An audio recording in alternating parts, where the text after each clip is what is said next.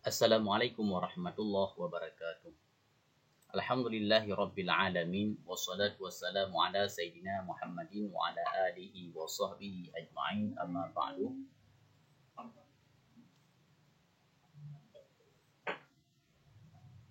Bagi yang sudah mengikuti tes leksi, mudah-mudahan berkat. Kemudian bagi yang belum, mudah-mudahan bisa menjadi tambahan ilmu dalam mengikuti tes leksi nantinya.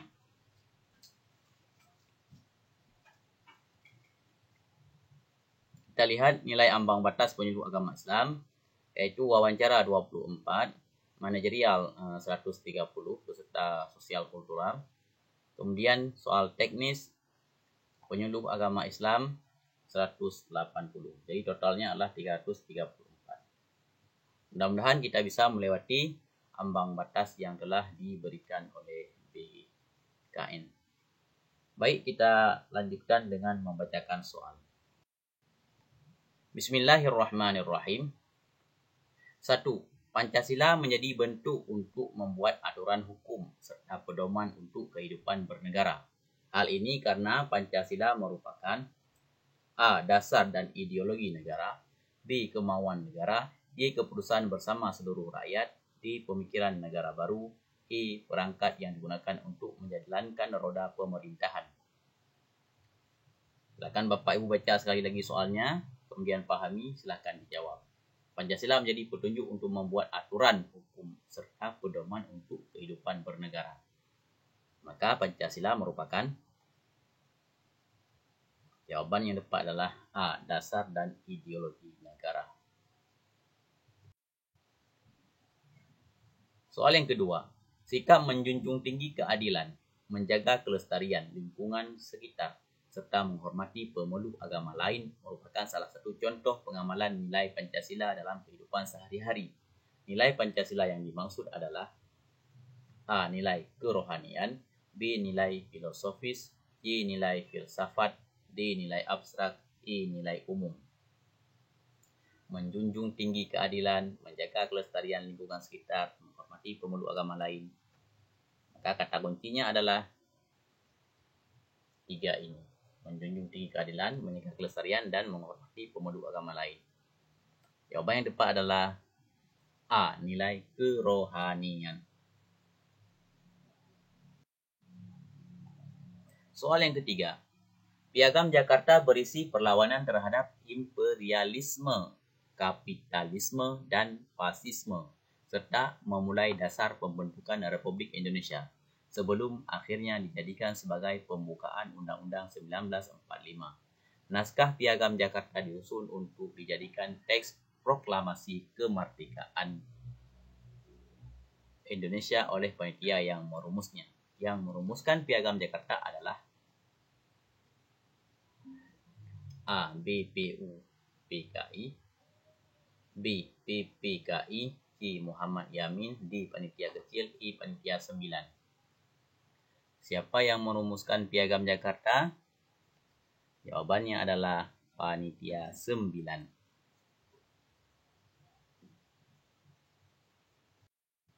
Soal selanjutnya. Pancasila memenuhi syarat sebagai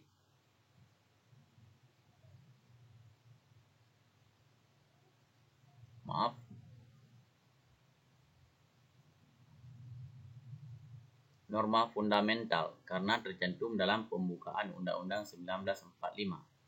Yang dimaksud Pancasila sebagai stat fundamental norm adalah, kita ulangi, Pancasila memenuhi standar sebagai stat fundamental norm karena tercantum dalam pembukaan Undang-Undang 1945. Yang dimaksud Pancasila sebagai stat fundamental norm adalah A. Pancasila berfungsi untuk memberikan pandangan bagi bangsa lain. C. B. Pancasila sebagai sumber hukum tertinggi dan kedudukannya tidak dapat dirubah. C. Pancasila sebagai peraturan untuk mengatur hidup orang banyak. D. Pancasila sebagai dasar hukum. E. Norma yang berlaku di Indonesia disesuaikan dengan norma-norma yang berlaku di dunia. Stat fundamental fundamental norm. Mohon maaf apabila ada kesalahan di segi lajah logat.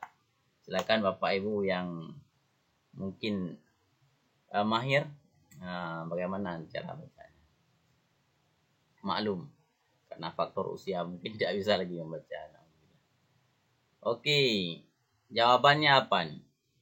Yang dimaksud Pancasila sebagai stat fundamental norm adalah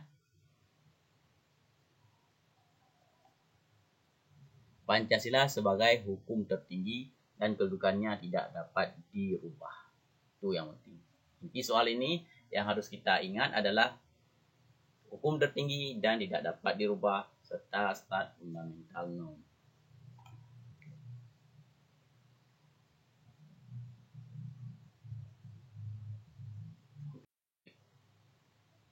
Soal yang kelima. Masyarakat Indonesia mempunyai cita-cita bersama yang harus diwujudkan untuk kesejahteraan seluruh rakyat. Berbagai cara dilakukan agar cita-cita tersebut dapat terwujud. Hal ini karena Pancasila berperan sebagai falsafah bangsa, B. Dasar negara, I. Ideologi negara, D. Cita-cita bangsa, E. Instrumen bangsa. 5. Masyarakat Indonesia mempunyai cita-cita bersama yang harus diwujudkan untuk kesejahteraan seluruh rakyat. Berbagai cara dilakukan agar cita-cita tersebut dapat terwujud. Hal ini karena Pancasila berperan sebagai di cita-cita bangsa. Jadi kalau ada cita-cita, maka jawabannya adalah cita-cita. Ingat aja kayak itu.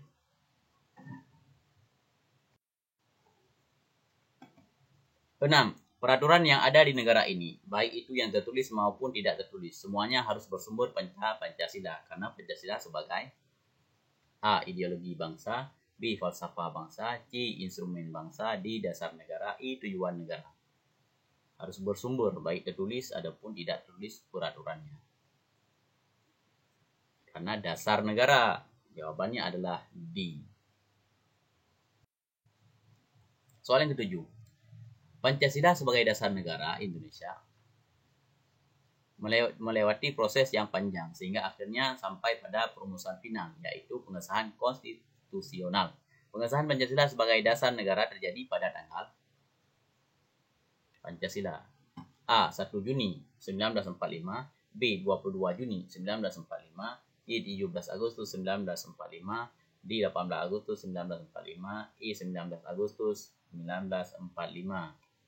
Pancasila sebagai dasar negara yaitu pada tanggal 18 Agustus 1945 setelah Hari Proklamasi Indonesia.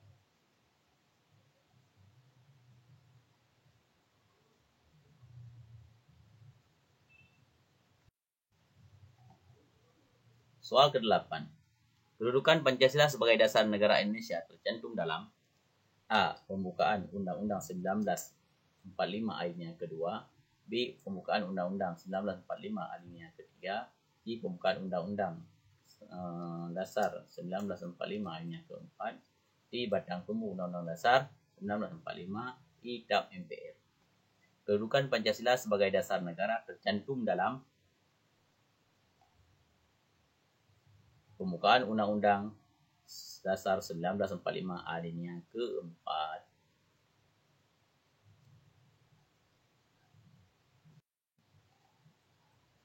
Sembilan. Berdasarkan Undang-Undang Nomor 12 Tahun 2011 yang menjadi urutan tertinggi perundangan Republik Indonesia adalah A. Pancasila, B. Undang-Undang 1945, C. Undang-Undang, D. Ketetapan MPR, E. Peraturan Presiden. Urutan tertinggi berdasarkan UU Nomor 12 Tahun 2011 adalah Undang-Undang 1945.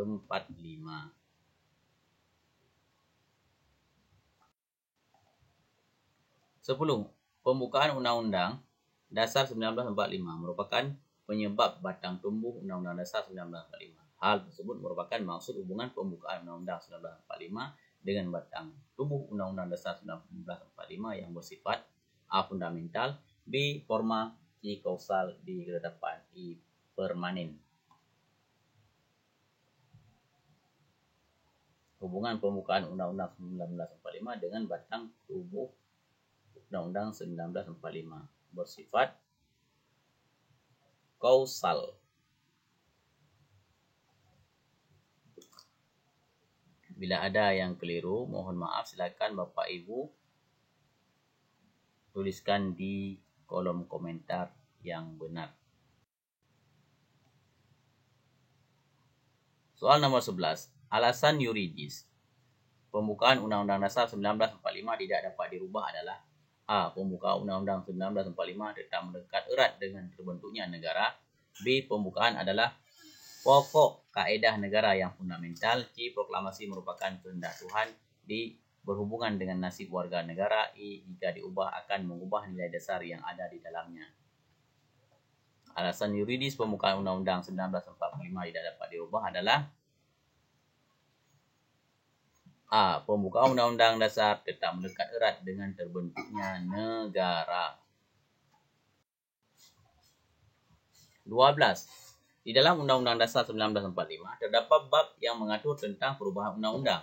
Hal khusus yang tidak dapat dilakukan perubahan adalah pasal undang-undang, B. Bentuk negara, C. Agenda sidang MPR, D. Pelaksanaan pemerintahan, E. Peraturan Presiden. Bab yang mengatur tentang perubahan undang-undang.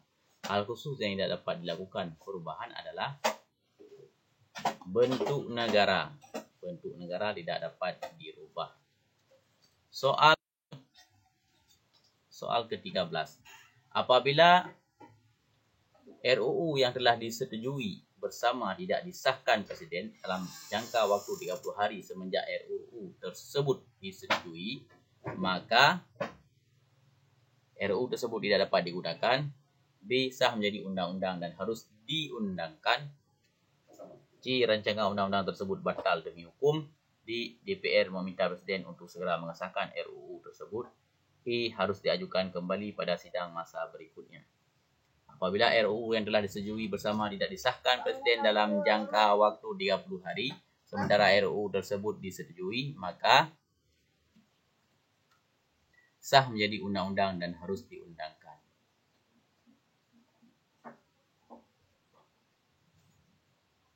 Jadi walaupun 30 hari masanya setelah disetujui bersama tidak diundangkan oleh Presiden, maka sah RUU menjadi UU dan harus diundangkan.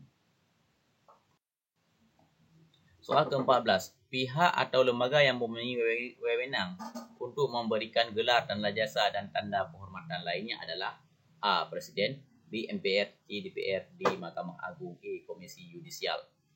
Pihak atau lembaga yang mempunyai wewenang untuk memberikan gelar, tanda jasa, dan tanda kehormatan adalah: jawaban yang tepat adalah Presiden.